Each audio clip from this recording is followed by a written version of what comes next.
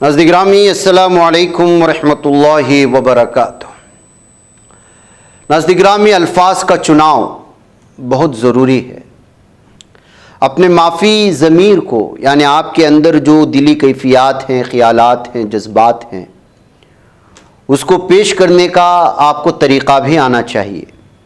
और साथ ही जब आप किसी के बारे में कुछ बातें कह रहे हों या इल्ज़ामात लगा रहे हों तो हमारे बहैसियत मोमिन हमें ये कहा गया है कि पहले उसकी तहक़ीक़ कर लें, उसको जांच लें, उसको परख लें और फिर इस सिलसिले में आप किसी पर इल्ज़ाम लगाएं। जब ऐसा नहीं होता, सुनी सुनाई बातें, किसी की कुछ ज़ाती दुश्मनी या छोटी सी दुश्मनी की वजह से कोई किसी के कान भर देता है और फिर वो एक ऐसी शख्सियात को निशाने पर लेता है जो शख्सियात गुज़िश्ता कई दहाइयों से कौम की खिदमत कर रहे हैं, तो फिर वो फ़र्द वाहिद का नुकसान नहीं होता, पूरे कौम का नुकसान होता है। आज हमारे इदारे कुछ ऐसी ही अशख़ास के ज़द में हैं जो लोग बिला तहक़ीक़, बग़ैर किसी तहक़ीक़, किसी के भी कुछ भी कहने की वजह से इल्ज़ामात आयद कर देते हैं और उनके पास इसके दलाइल नहीं होते, जिसका नतीजा ये निकलता है कि जो लोग कौम की खिदमत कर रहे हैं वो उससे जो है उनसे फ़ायदा तो पहुंच रहा होता है, लेकिन जो इस तरह के इल्ज़ामात लगा रहा है उनके ख़िलाफ़ माहौल बनता चला जाता है और फिर लोग तबसरों में, तनकीदों में, तजसियों में, कमेंट्स में ये सवाल पूछते हैं कि फ़लाँ शख्स तो कम से कम 30 साल से कौम की खिदमत कर रहा है, जो शख्स इल्ज़ाम लगा रहा है आखिर वो क्या कर रहा है, उसने कौम की किस नौइयत से, तालीमी सतह पर क्या उसने किसी एक तालिब इल्म को भी स्कॉलरशिप दे करके पढ़ाया है, या फिर उसने गरीब गुरबा के लिए कोई बड़े बड़े फलाही इदारे खोले हैं, या वो शख्स अपनी ज़ाती या अल्लाह ने उसको अगर नवाजा है तो वो मुख्तलिफ़ किन मरहलों में ऐसा काम कर रहा है कि कौम उसकी बात को सुने और उस पर एतबार करे। तो जाहिर सी बात है कि जब आप ख़ुद इस मैदान में नहीं हैं, लेकिन 30 साल से पूरे कौम को तालीमी सतह पर, जो कौम तालीमी पसमानदगी का शिकार हो चुकी है, जो लोग गुर्बत की वजह से बीच में तालीम छोड़ देते हैं, जो दीन एतबार से इल्म हासिल करने वालों को अस्ल उलूम से जोड़ने के लिए जद्दोजहद की जाती है, गवर्नमेंट से उनके लिए स्कॉलरशिप ला कर के उन जो छोड़े हुए हैं स्कूल को बीच में या कॉलेज को या हाई स्कूल को, या गुर्बत की वजह से या किसी और प्रॉब्लम की वजह से उनको पकड़ कर ला कर के उनको उनकी तालीमी पसमानदगी को दूर करने की कोशिशें होती हैं, तो ऐसे में अगर कोई भी किसी छोटी सी गलती को उठा करके लोगों के सामने पेश करके उनको बदनाम करने की कोशिश करता है, उनके ज़ातियात पर हमला करता है, उनके इदारे पर हमला करता है, जिन इदारों में हज़ारों की तादाद में लोग तालीम हासिल कर रहे हैं, तो फिर जिन पर इल्ज़ाम लगाया गया उन पर उंगलियां नहीं उठती, जो इल्ज़ाम लगा रहा है उसके इखलास पर और उस पर जो है उंगलियां उठती हैं। तो जाहिर सी बात है कि आप किसी एक छोटे मामले को लेकर के जब मैदान में आ जाते हैं, इल्ज़ामात का एक बौछार कर देते हैं जिसकी हकीकत से कोई लेना देना नहीं होता, तो फिर जो है वो शख्स भी प्रेस कॉन्फ्रेंस करता है, वो भी उसका जवाब देता है, वो भी फिर ये कहता है कि हम आपको जो है कानूनी तौर पर लड़ाई लड़ेंगे। ऐसे ही जो है हमारे रियासत कर्नाटक के ही नहीं बल्कि पूरे भारत में जो मशहूर व मारूफ इदारा है, और उस इदारे में भारत के हर रियासत से जो है तलबा वहाँ रिहाइश पजीर भी हैं, तालीम भी हासिल कर रहे हैं। शाहीन इदारा जात बीदर, अभी हाल ही में एक छोटी से खाने को लेकर के प्रॉब्लम हुआ एक तालिब इल्म को, और वो तालिब इल्म जो है वो प्लेट उठा करके पटक दिया खाते वक्त, जबकि कई महीनों से खा रहा है। एक दिन कुछ हो सकता है, आदमी 100 लोगों को अगर घर में दावत दे दे तो उसमें से 50 लोग भी राजी होकर के नहीं जाते अगर आप उसको गरम बिरयानी भी, बेहतरीन बिरयानी भी खिला दें। एक घर वाला अपने घर के 50 मेहमानों को बर वक्त जो है खुश नहीं कर सकता। हज़ारों तलबा व तालिबात बैवक्त खाना खा रहे हैं और मुसलसल खा रहे हैं, कभी एक छोटी सी उसमें चूक हो जाती है तो वो स्टाफ के खिलाफ खड़ा हो जाता है, प्लेट को उठा करके पटकने की कोशिश करता है। तो ऐसे सिलसिले में उसके खिलाफ तादीबी कार्रवाई होती है तो वो अपने वालिदैन को और घर वालों को बुलाता है और फिर वहाँ जो है बदतमीज़ी से काम लिया जाता है, खामोशी से वीडियो निकाला जाता है, इदारे को बदनाम करने की कोशिश होती है। तो आप मुझे बताएं कि इसमें सही कौन है और गलत कौन है। छोटी सी गलती की वजह से 11,000 तलबा जिस इदारे में पढ़ रहे हैं और भी अपनी कौम के, और उनके पूछे सुबह से शाम तक अंत तक जद्दोजहद हो रही है, आप उसको इस बड़े पैमाने पर शेयर करके झूठे बदनाम इल्ज़ामात लगाएंगे तो आप अंदाज़ा लगाएं कि आप कौम की हिमायत में कर रहे हैं, कौम के मफाद में कर रहे हैं, या फिर कौम के ख़िलाफ़ आप लोग खड़े हुए हैं। इसी बात का इजहार आज जनाब अब्दुल कदीर साहब, शाहीन इदारा जात के जो बानी भी हैं, चेयरमैन भी हैं, बल्कि सब कुछ हैं, करता धरता हैं, उन्होंने अपने उकला के साथ बेंगलुरु में एक प्रेस कॉन्फ्रेंस करते हुए इस तरह की जिन लोगों ने साजिशें रची उनके खिलाफ कोर्ट में दायर होने, उन पर इल्ज़ामात जो लगाए गए हैं उसको साबित करने, वक्फ बोर्ड पर अगर बनाए गए हैं तालीमी इदारा जात उसको सामने लाने की बात कही है। उनको चैलेंज किया है कि जो इल्ज़ामात आप लोगों ने लगाए हैं उसको साबित करके दिखाएं और बसूरत दीगर माफ़ी मांगें। क्या कहा गया इस पूरे मामले में शाहीन इदारा जात के जनाब अब्दुल कदीर उनके साथियों के सामने, आप खुद इसको देखें। मुझे इजाज़त दें। अस्सलाम वालेकुम रहमतुल्लाहि व बरकातहू। जी अस्सलाम वालेकुम रहमतुल्लाहि व बरकातहू। आप लोगों को यहाँ पर प्रेस मीट में इनवाइट किया गया है। उसकी वजह है बेंगलुरु शहर में कोई आलम पाशा नामी शख्स रहते हैं जिनसे हमारी कभी बात नहीं हुई और मुलाकात भी नहीं हुई, लेकिन वो गुज़िश्ता 6-7 महीने से शाहीन इंस्टीट्यूशन को बदनाम करने के लिए मुसलसल वीडियोस बना रहे हैं और शेयर कर रहे हैं और गैर ज़िम्मेदाराना गुफ्तगू कर रहे हैं। अभी हाल में एक वीडियो वो रिलीज़ किए हैं। अफसोसनाक बात है कि वो गलत अल्फाज इस्तेमाल कर रहे हैं और शाहीन को और मुझे बदनाम करने की कोशिश कर रहे हैं। तो मैं चाहूँगा कि आप हजरात इस वीडियो को अब्दुल कदीर बिदर से 5 करोड़ रुपए मदरसे स्टूडेंट्स के नाम से गैर गलत पैसा मुकाशी दिया उसको माइनॉरिटी डिपार्टमेंट से, जिसका कोई डेसिग्नेशन नहीं है, पावर्स नहीं है। 10 करोड़ रुपए स्टूडेंट्स के स्कॉलरशिप के लिए ये की इदारे बिदर को लिया। क्या नहीं ये हराम है? क्या नहीं इसको जमीर अहमद साहब हलाल किया है? क्या जमीर अहमद का पैसा है? क्या नहीं ये डायरेक्टर ऑफ माइनॉरिटी जो जिलानी मोकाशी का पैसा है? क्या मोकाशी को पावर है क्या देने, और मोकाशी को पावर है क्या डायरेक्टर बनाने? ये दोनों चीज अपने अब्दुल कदीर को जो दिया गया उसको बोलना चाहिए। उधर के मिनिस्टर जो है रहीम खान और अपने जमीर अहमद खान, ये जो इसका जवाब जरूरी देना है। 15 करोड़ रुपए चुराया है अब्दुल कदीर गुल्लक। जी आपने सुना, चुराया है अब्दुल कदीर गुल्लक। मेरे नाम के साथ ये गुल्लक का इजाफ़ा पता नहीं उन्होंने किस लिए करें। किसी को भी इस तरह से मुखातिब करना कोई मुनासिब हरकत नहीं है और किसी को चोर बोलना ये कोई मुनासिब चीज़ नहीं है। इनको हक़ है तहक़ीक़ करना, आवाम को हक़ है तहक़ीक़ करना और सच्चाई क्या है उस पर ही गुफ्तगू हो। ये सवाल ही पैदा नहीं होता कि 15 करोड़ रुपये एक ही इंस्टीट्यूशन को किसी डिपार्टमेंट से और गवर्नमेंट ऑफ कर्नाटका से कभी मिले हैं। और ये जो स्कॉलरशिप होती है कॉमन सेंस की बात है, आवाम जानती है, बच्चा बच्चा जानता है। पता नहीं ये हमारे बुज़ुर्ग मोहतरम शाह आलम साहब का मिजाज क्या है, सोच क्या है, किस जज्बात में बोलते हैं, किसके बहकावे में आते हैं, इनका असल मकसद क्या है वो हमको समझ में नहीं आ रहा।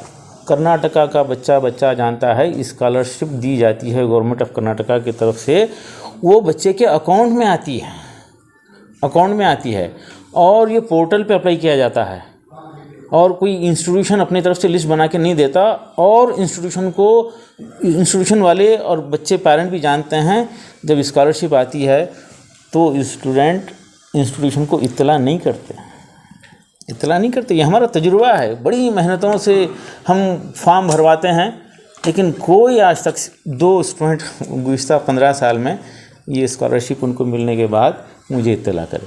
तो ये भी बात सरासर गलत है।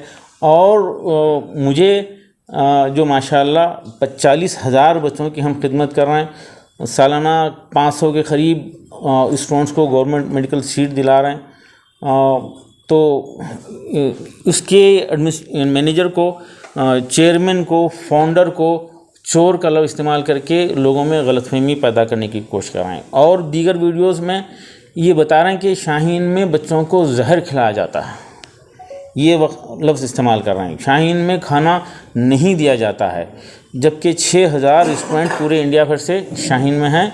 और अभी मैं जिक्र कर रहा था यहाँ पर कि एक घर के 4-4, 5-5 बच्चे अलग अलग वक्त में आए और 8-8 साल तक आते रहे, और 4-4 डॉक्टर बने हैं, 5-5 एक घर के बने हैं।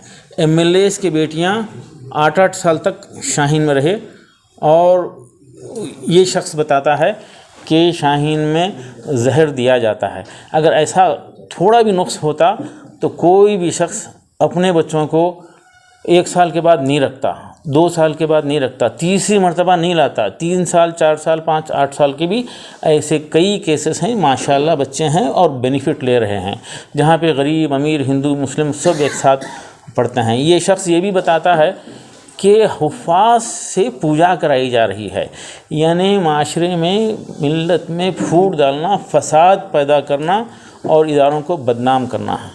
ये भी इनके अल्फाज हैं। और गुज़िश्ता 6-7 महीने से मुसलसिल वीडियोज़ इनके जारी हो रहे हैं, और बताते हैं कि अब्दुल खदीर चोर, और वो वक्फ प्रॉपर्टी पे कब्ज़ा किया है, जबकि अल्हम्दुलिल्लाह मैं कभी वक्फ प्रॉपर्टी की ख्वाहिश भी नहीं रखा, देखा भी नहीं, अप्लाई भी नहीं करा। कई लोग मशवरा दिए तो मैं उससे दूर ही रहा अल्हम्दुलिल्लाह, और ना ही मैं कोई वक्फ प्रॉपर्टी को लीज़ पे लिया हूँ। बल्कि मेरा तो मानना है कि वक्फ प्रॉपर्टी का ऐसा इस्तेमाल हो जैसा कि कोई बिल्कुल रीसेंट रेट जो होता है मार्केट का, वो वक्फ प्रॉपर्टी को जो भी किराए पे ले रहे हैं वो देना चाहिए। मेरा पर्सनल ज़ाती राय है।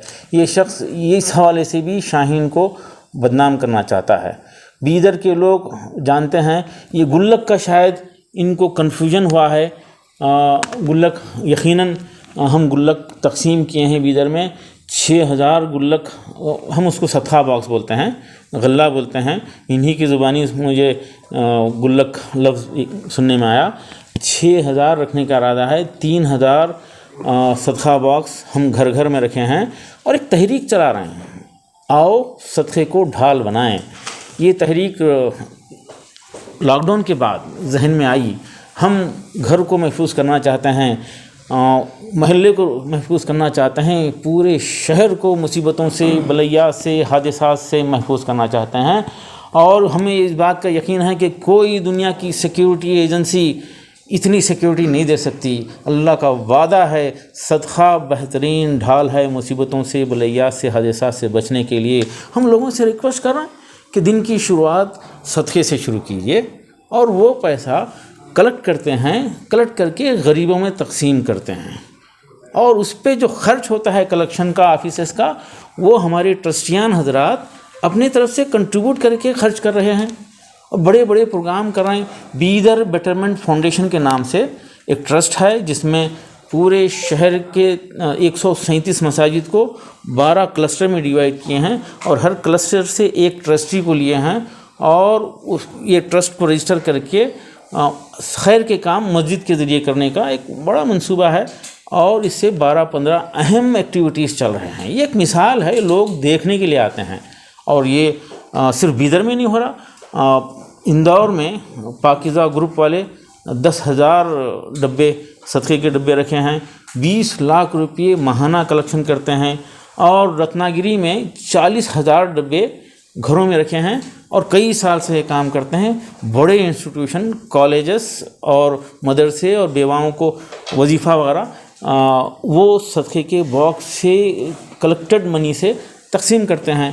बीदर में छोटा मुकाम है, बीदर छोटा मुकाम है, 3,000 डब्बे रखे हैं, और हम मेहनत कर रहे हैं, घर घर जा रहे हैं, लोग कोऑपरेट करने के लिए तैयार हैं। अगर किसी को एतराज़ है तो मुझसे डायरेक्ट बात करें। और इसके हवाले से यतीमों का खा रहे हैं, शादियों का पैसा खा रहे हैं बोलना, किसी को बदनाम करना ये मुनासिब नहीं है।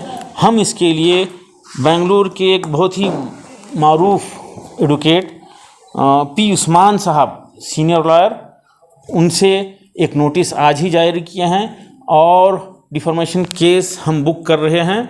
10 करोड़ रुपए का हर्जाना हमारा डिमांड है और 3 दिन के अंदर अंदर ये माफ़ी ना मांगे और खुलेआम माफ़ी ना मांगे तो हम ये केस करेंगे और क्रिमिनल केस भी हम करने वाले हैं, FIR भी करने वाले हैं। हम ऐसे हरकतें करने वालों को बख्शने का मंसूबा नहीं है। गुज़श्ता 6 महीने से हम नज़रअंदाज कर रहे थे, लेकिन ये हद से ज़्यादा हो गया है और हमारे तमाम खैर ख्वाह चाहते हैं कि ये एक्शन लेना ही चाहिए।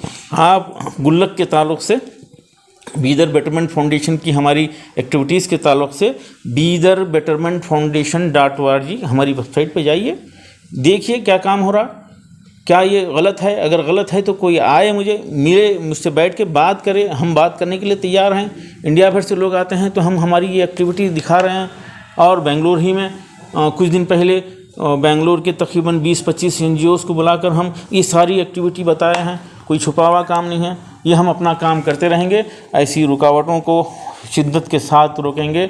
और ये जो मोहतरम हैं, ये पता नहीं बेंगलोर वाले इनको किस तरह से बर्दाश्त कर रहे हैं, पता नहीं।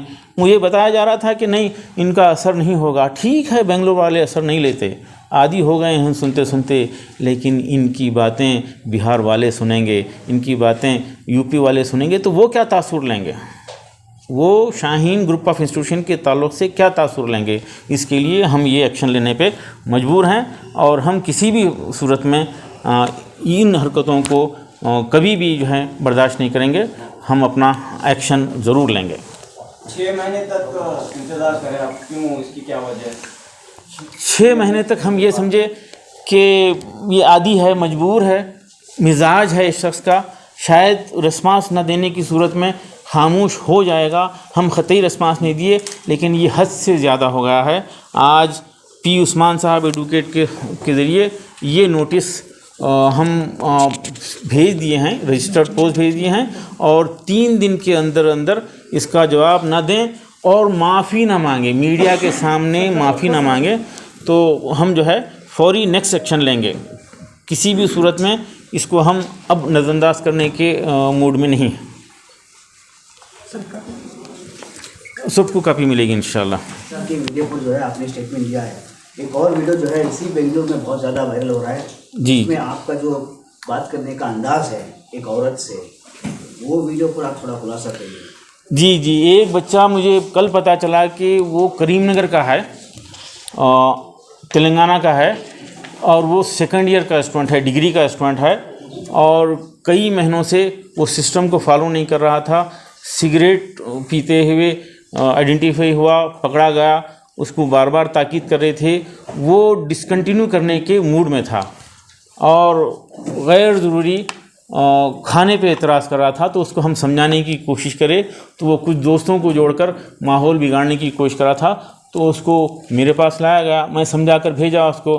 तो दूसरे दिन तीसरे दिन 7 लोग मिलकर करीमनगर से आए और हमारे स्टाफ से बहस व मुबाहिसा करे और मेरे चैम्बर में पहुँचे और पता नहीं वो लोग प्लान के साथ आए थे और जज्बाती बातें करे और वो इशारा करके कुछ वीडियो बनाने की कोशिश करे। बिल्कुल सही है, हम खाना बिल्कुल बेहतरीन दे रहे हैं। मैं 12 साल स्टूडेंट्स के टेबल पे बैठ के खाया हूँ। हमारे सारे पुराने स्टूडेंट जानते हैं, बीदर जानता है। और जो पेरेंट्स आते हैं एडमिशन के दौरान, ख़ास तौर पे जून जुलाई अगस्त में, रोज़ 300 से 500 पेरेंट्स के लिए लंच का इंतज़ाम होता है। हमारे 200 स्टाफ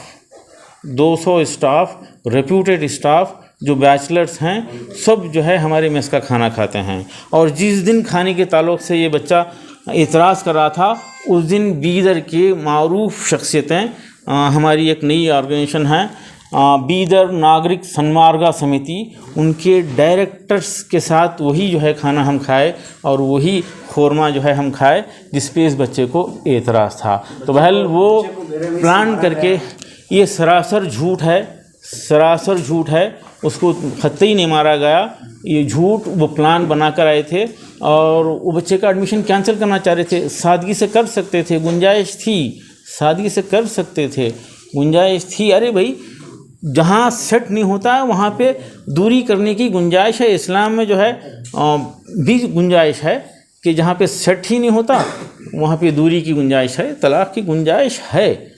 तो सीधे सीधे एडमिशन कैंसिल किया जा सकता था, लेकिन प्लान बना के आकर हालात को बिगाड़ कर, छुप कर वीडियो बनाकर उसका गलत फ़ायदा उठाने की कोशिश कर रहे हैं। हम उसको नज़रअंदाज करेंगे ज़रूर और इससे, इस शर से खैर की उम्मीद कर रहे हैं। हज़ारों लोगों की दुआएं हमारे साथ हैं और लोग शेयर कर रहे होंगे। 2-4% होते हैं जो चाहते हैं कि फासाद रहे, अंधेरा कायम रहे। इस मिजाज के लोग होते हैं, एंजॉय करते हैं। कुछ लोग कुछ व्यूवर्स की आस में कुछ कर लेते हैं, कुछ अप्रिशिएशन की आस में करते हैं, गैर जिम्मेदार कुछ कमेंट भी करते हैं। ये चलेगा, ये हमारे लिए कोई बड़ा मसला नहीं है और हम इसके लिए इसको बिल्कुल फेस करने के लिए तैयार हैं इसके लिए। और शाहीन में ऐसा कुछ नहीं हुआ जो ये लोग क्लेम कर रहे हैं। ठीक है, वो वीडियो बना के गए, उस कुछ लोग उसको मसाले लगा के तकसीम कर रहे हैं, शायद इसमें कोई खैर ही निकलेगा। प्रोजेक्ट आपने लिया है, क्या मामला है? जी माशाल्लाह, बहुत अच्छा सवाल है। 15 करोड़ रुपये जो स्कॉलरशिप लिए हैं, जैसा कि मैं पहले बता दिया कि गवर्नमेंट के 10 रुपये भी लेना है तो उसके लिए फाइल बनती है, सिस्टम बनता है। स्कॉलरशिप का तरीक़ा भी मैं बता दिया। एक स्कीम गवर्नमेंट ऑफ कर्नाटका बनाई है मदरसों के लिए, मदरसा प्लस के नाम से, और कर्नाटका के 100 मदरसों में दीनी तालीम के साथ साथ असरी तालीम शुरू करने के लिए एक प्रपोजल गवर्नमेंट ऑफ कर्नाटका का था और उसके लिए टेंडर जारी हुआ था। क्योंकि हम 15 साल से हाफिज़ों को असरी तालीम से जोड़ने का प्रोग्राम रखते हैं, तजुर्बा है हमारे पास। और AICU एक हमारा खुसूसी डिपार्टमेंट है जहाँ पर ड्रॉप आउट बच्चों को लेकर हम जो कभी स्कूल नहीं गए वैसे बच्चों को लेके मदरसा ड्रॉप आउट, मदरसा पास आउट को लेकर उनकी बुनियादें ठीक करते हैं। पहले 2-3 महीने एक टीचर 6 स्टूडेंट्स का रेशो होता है। AICU बोलते हैं उसको हम, एकेडमिक इंटेंसिव केयर यूनिट। जैसा हॉस्पिटल में ICU होता है, ये हमारा AICU होता है। वहाँ पर उनको इम्प्रूव करके मैथमेटिक्स और लैंग्वेजेस, न्यूमरेसी और लिटरेसी ठीक करके उनको 10th में या 9th में उनकी उम्र के हिसाब से एडमिशन करा देते हैं और उनको 10th पास करा देते हैं। तो ये हमारा तजुर्बा था। तजुर्बे की बुनियाद पर हमको ये स्कीम अच्छी लगी। हम शुक्रगुजार हैं गवर्नमेंट ऑफ कर्नाटका के कि एक मुनफरिद, एक बिल्कुल डिफरेंट, एक यूनिक, बहुत ख़ास स्कीम वो बनाए हैं, जिसको हम टेंडर डालकर बाज़ाब्ता ऑफिशियली टेंडर से वो जो है वो हम लिए हैं, कॉन्ट्रैक्ट लिए हैं। 100 मदरसों में चल रहा है। 5000 बच्चों का टारगेट है। 3400 के ऊपर बच्चे या ना उसकी फीस भर चुके हैं। वो सिलसिला जारी है। मैं आज इस मौके पर पूरे कर्नाटका के लोगों से ख्वाहिश करूंगा कि इसकी तहकीक करें और हमारी वेबसाइट madrasaplus.org पे जाएं और कर्नाटका में इसके सेंटर्स कहाँ कहाँ हैं मालूम करें। और कोई बच्चे आपकी नज़र में हैं, मेरी रिक्वेस्ट है, आपकी नज़र में कोई ऐसे बच्चे हैं जो ड्रॉप आउट हैं और स्कूल छोड़ दिए हैं, 12-13 साल के ऊपर के हैं, तो आपके करीब तरीन मदरसे में ले जाकर उस बच्चे का एडमिशन कराइए। वहाँ पर उस बच्चे को हाफिज आलिम नहीं बनाया जाएगा, वहाँ पर उस बच्चे को ज़रूरी दीनी तालीम दी जाएगी, एक माहौल दिया जाएगा, उसकी तरबियत की जाएगी और 1.5 साल के अंदर अंदर उसकी बुनियादों से ठीक करके, चाहे वो कितना भी कमज़ोर हो, उसकी बुनियादों से ठीक करके उसको NIOS के ज़रिए 10th एग्जामिनेशन पास कराएंगे। और ऐसे बच्चे जो स्ट्रगल करके आगे आते हैं, गरीब बच्चे, ड्रॉप आउट बच्चे, मायूस और मजबूर बच्चे जो तकालीफ से गुजरे हैं, वो जब उनको मौका मिलता है तो वो आगे बढ़ते हैं। हम उम्मीद करते हैं कि ये बच्चे तरक्की करेंगे।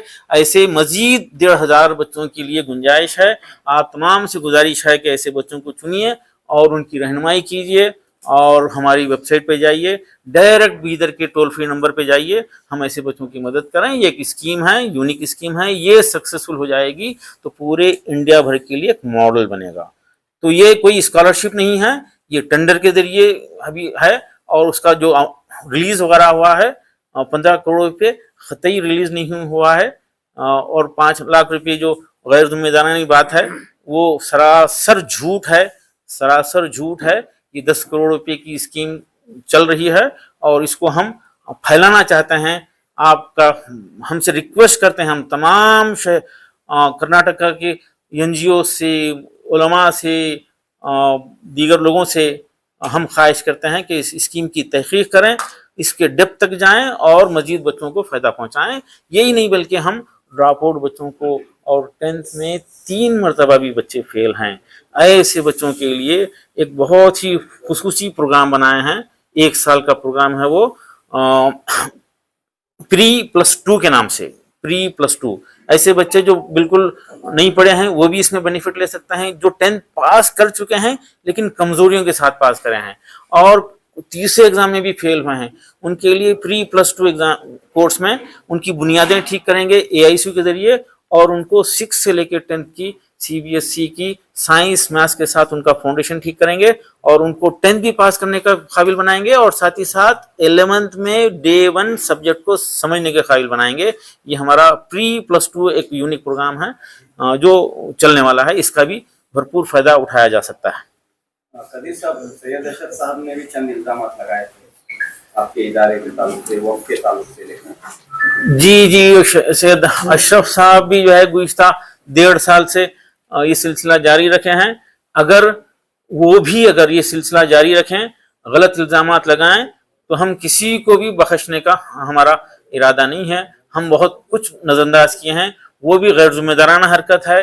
अगर किसी के पास कोई सबूत है तो आए, बैठे हमारे टेबल पे, या हम पहुंच जाएंगे, गुफ्तगू करेंगे, हक़ाइक़ अवाम के सामने आज के बाद हम लाना शुरू कर देंगे। आपके इदारे की बढ़ती हुई मकबूलियत और तरक्की को देखकर इस तरह के कोशिशें हो रही कि आपको ऐसा महसूस हो? देखिए, वो मेजॉरिटी का मामला ऐसा नहीं होता। जो सही सोच वाले हैं वो दिल से दुआएं दे रहे हैं। 2-4% लोग होते हैं जो वो चाहते हैं कि अंधेरा कायम रहे, फसाद चलता रहे, और वो बुराई को फैलाकर खुश होते हैं। उनके लिए हम दुआ करेंगे।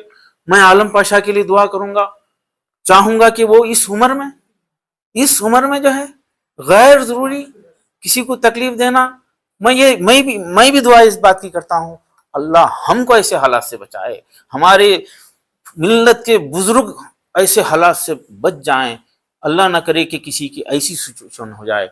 उन पर रहम आता है, मुझे रहम आता है। बेंगलुरु के लोग भी बोलते हैं कि भाई बोलना क्या चाहते हैं, वो क्या बोलना चाहते हैं, क्यों बोल रहे हैं, क्या मकासद हैं, अंदाजा नहीं है। बहल मेरी दुआ है कि मिल्लत का हर बुजुर्ग ऐसे सिचुएशन आने से बचे, ये मेरी दुआ है।